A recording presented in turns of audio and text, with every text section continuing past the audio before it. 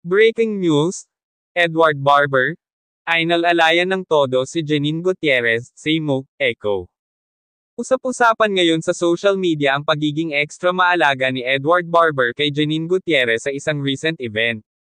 Kitang-kita sa mga kuha ng fans kung paano inalalayan at sinamahan ni Edward si Janine, na agad namang naging hot topic. Pero ang tanong ng lahat, ano kaya ang reaksyon ni Jericho Rosales? Sa isang event kung saan present ang ilang celebrities, napansin ng mga fans na hindi bumitaw si Edward sa tabi ni Janine.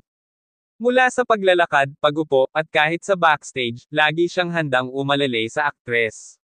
Maraming netizens ang kinilig sa pagiging gentleman ng binata at nagkomento. Ang swerte ni Janine, may Echo na, may Edward pa. Napaka-sweet ni Edward, parang bodyguard na rin. Mukhang may bagong manliligaw si Janine, paano na, Echo? Bagamat hindi pa nagbibigay ng reaksyon si Jericho, marami ang nag-aabang kung magseselos ba ito sa pagiging extra close ni Edward kay Janine.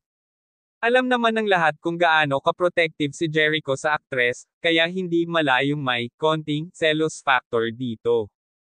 Hindi ito ang unang beses na may nagpapakitang gilas kay Janine.